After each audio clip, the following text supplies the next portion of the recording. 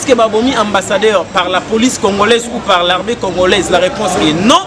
Ils ont la police congolaise, ambassadeur, ni encore l'armée congolaise. Mais ce sont des rebelles. Bisous, tu as dit que na Nord Kivu, na Sud Kivu, na ba province, même na Ituri et tout ça, ils ont la rebelle et belé bazala côté pour basala ramakambu ya mabe. Pour dire que ce n'est pas la RDC n'est pas responsable. Il y a des tueries où ils ont ça à l'est et à Moka. Et ça, ils ont le président Tshisekedi a tout le temps. Même tant qu'on a eu pouvoir dans l'Union africaine, à lobby, on a l'un de points sous les vaquis. Ambassadeur a pouffé lundi, mais lundi on a pas comme mardi, on a mis encore 26 autres personnes. Merci bande de Kobalandi, partout à travers le monde, tout possible beauté et belé et belé. Et c'est nous par rapport à l'actualité politique de l'ère. Les Arabino de Kochinti au Kakabamba, la présentation et merci aussi à Tiki Kaza derrière la caméra et je n'oublie pas Kento Christian Mukendi pour réaliser l'émission et l'eau. Bande de gosses, nous avons un état de droit TV aussi dans la vidéo pour s'abonner massivement pour ne jamais rater l'information de l'actualité politique. Vous savez, on a Mokanabiso République démocratique du Congo, c'était le lundi 22 février et Sidamoko Maléré et Salami dans Nord Kivu vers Nirangongo, ambassadeur italien Luca Atanasio Zalaki ensemble na PAM, c'est-à-dire programme d'alimentation mondiale et à Nations Unies, on a des pour dans ça badon et nanzela on est et si on est salami, c'est-à-dire rebelle, bimeli bango nanzela et puis attaquer bango ambassadeur Azwaki babal kakayemo côté y compris garde du corps naé et aussi na chauffeur Azaki na bango donc 3 personnes bakufaki et tourner un peu pour analyser par rapport à ça et tout cela aussi jour pour jour 23 février 2018 23 février 2021, ça fait 3 ans jour pour jour. Owapi ndekona biso aussi Chimanga Mukendi aibaki na kotika biso na paroisse Saint-Benoît à la commune ya Lemba ezaki lors ya marche ya catholique y compris opposition de l'époque pour empêcher le régime en place de l'époque na ndeko Joseph Kabila ba na briguer 3e mandat et puis glissement et continuité né na mokolo ya marche wana baibaki na kobeta ndeko Rosile Chimanga Mukendi Masasi puis ba na kotika biso 3 ans après. Est-ce que bana mboka bazokanisa kaka est-ce que lit na wana ezokobaka na kati ya jeunesse chinoise en particulier et jeunesse congolaise en général ndeto osola 2 points voilà. Mais commençons par le commencement par rapport il y a Liwa, il y a ambassadeur italien na mboka na biso. Oui, ambassadeur italien à Koufaki Bukolo ya lobby lundi na route ya Nirangongo babanda ekolongwa Goma bazokende elongona PAM programme d'alimentation mondiale pour que kosala badon.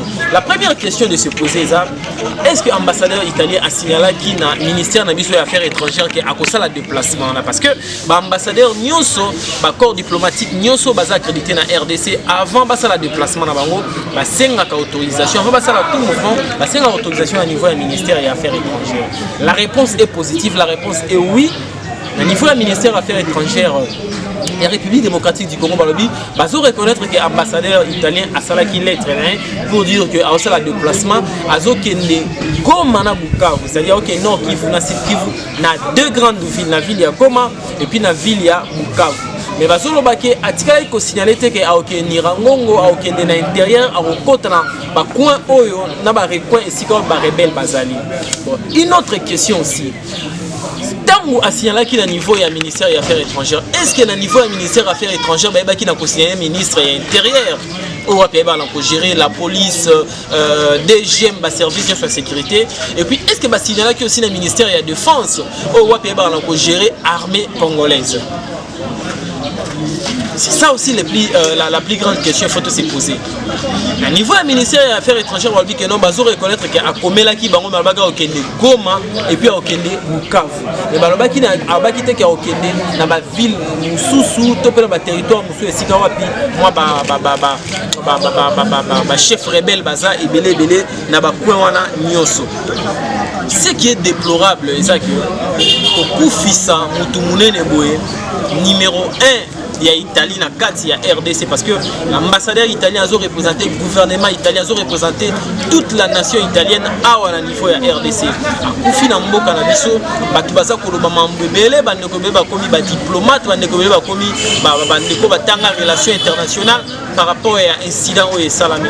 Est-ce que la diplomatie congolaise na niveau na Italie et katana est-ce que relation internationale entre le Congo la RDC et l'Italie est koufa parce que ambassadeur à Koufi, je ne pense pas parce que RDC Azala a très bonne relation diplomatique dans l'Italie depuis très longtemps. Depuis très longtemps, avant même l'indépendance et après l'indépendance jusqu'à ces jours, la relation sera toujours très bonne.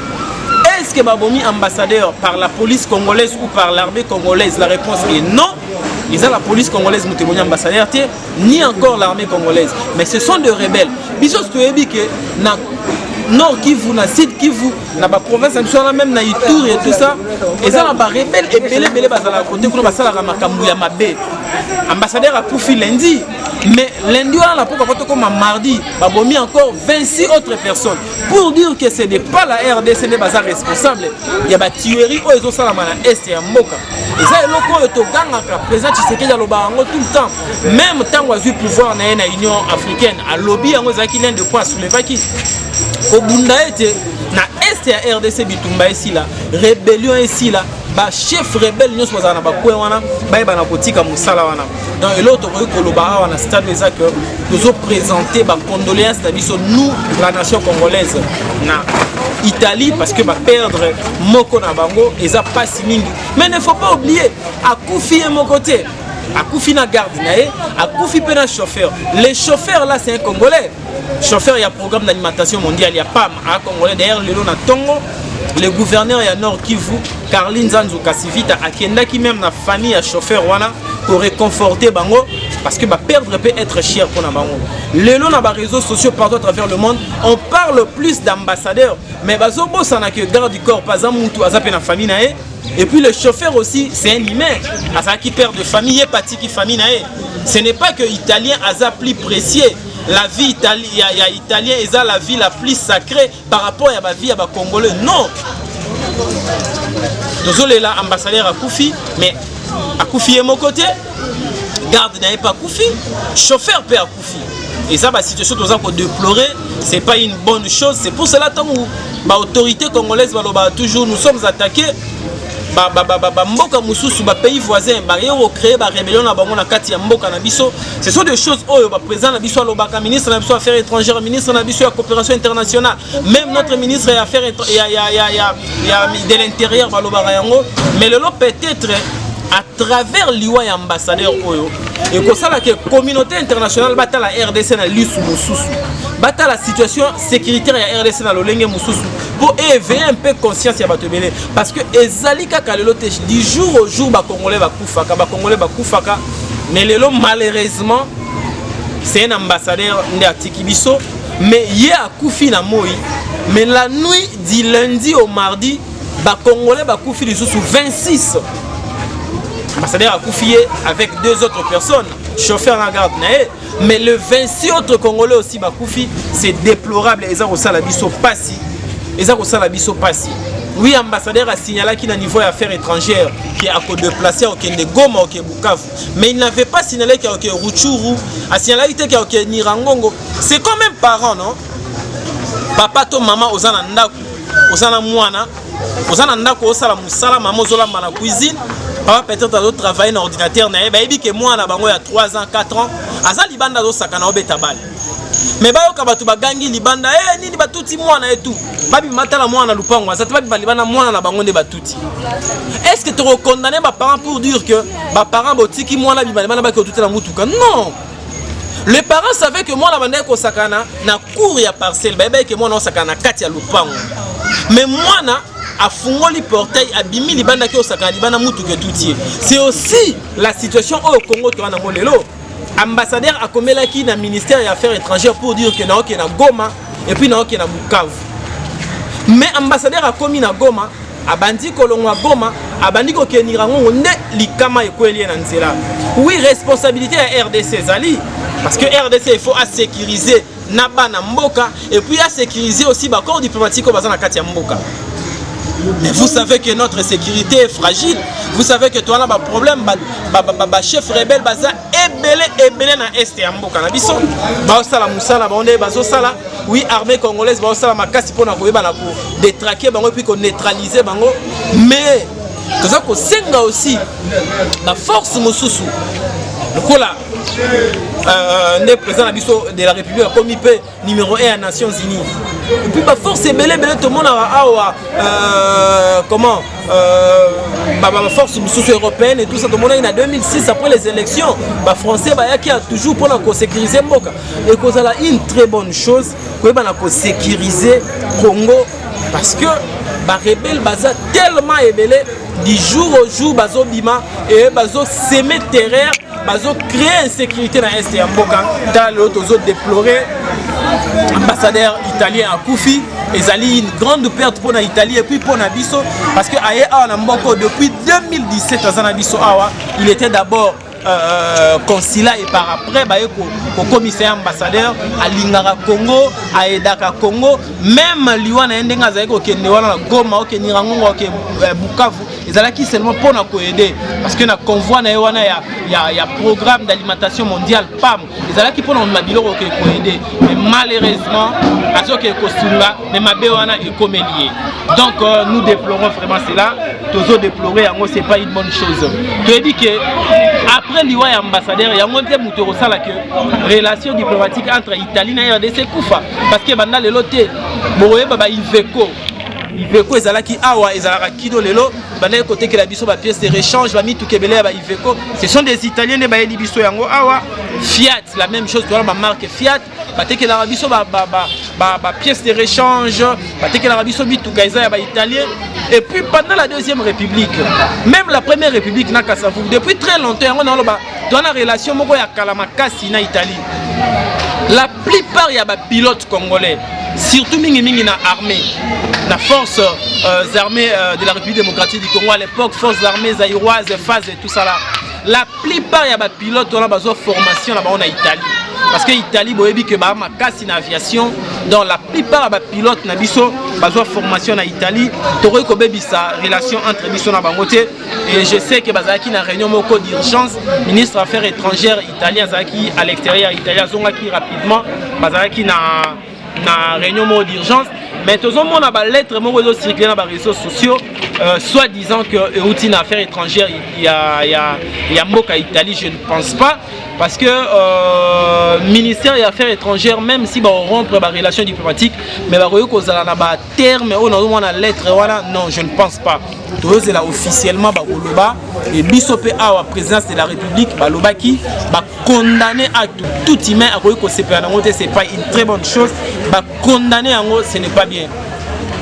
Les Komoko à lobby, Adolphe Muzito à lobby que à tout, créer insécurité dans Mboka, à tout que investisseurs bayate pour Félix Tshisekedi a échoué dans quelqu'un na euro. Est-ce que Makamone bando salama les a plein Adolphe Muzito té. Bon moi je vais dire que Adolphe a lobby c'était les débits. Mais tant que je suis Kanda, parce que bon, on est causé la Fayulu Aleka quitté, mais dire directement ou confirmer ou affirmer que les a plein et Adolphe Muzito ne bani vous allez exécuter, vous allez un peu prématurer puis voyons voir Nani Makambero Tambolama, mais juste à preuve du contraire Adolphe Muzito peut retirer langage Jonathan Lobarana, je crois TV5 ou France 24, une chaîne française comme ça, alors Komoko ya Bongo, ce n'était pas une très bonne chose. Les ala qui pena mala mouté mais toujours présenter encore une fois ba condoléances na mboka molimba ya Italie et puis na ambassade na bango ba administratif nyonso bazawa c'est une grande perte pour perdre vraiment Neko Luka Atanasio Oyazalaki ambassadeur ya Italie na République démocratique du Congo et ça qui vraiment passe makasi mais communauté internationale bota la penambo canabiso parce que insécurité est à moi makasi. Parlons du deuxième point par rapport il y a troisième anniversaire, il y a décès, il y a moi Mboka Rosil Chimanga Mukendi où il y a Koufaki na Saint-Benoît, c'était le 23 février 2018 lors d'une marche organisée par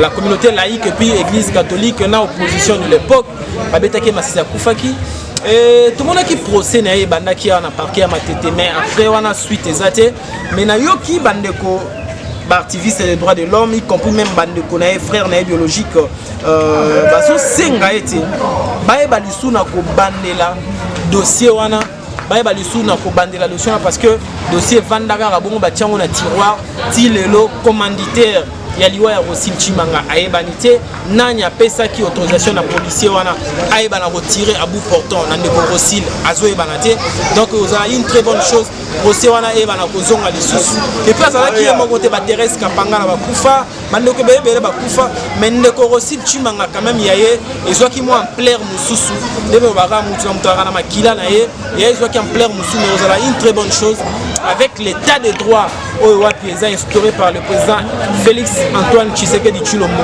Vous allez vraiment eloko malamu babandela lisu dossier wana et bana nani abomaki réellement aussi Chimanga pour que justice ezala esala manakati ya mboka na biso.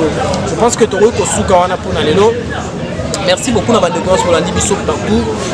Tozonga lisulu parce que chaque jour to banda rozana bino tozo analyser à part les invités babanda ko ya pe pona ko na ko enrichir toujours actualité politique de l'ère na kati ya mboka na biso.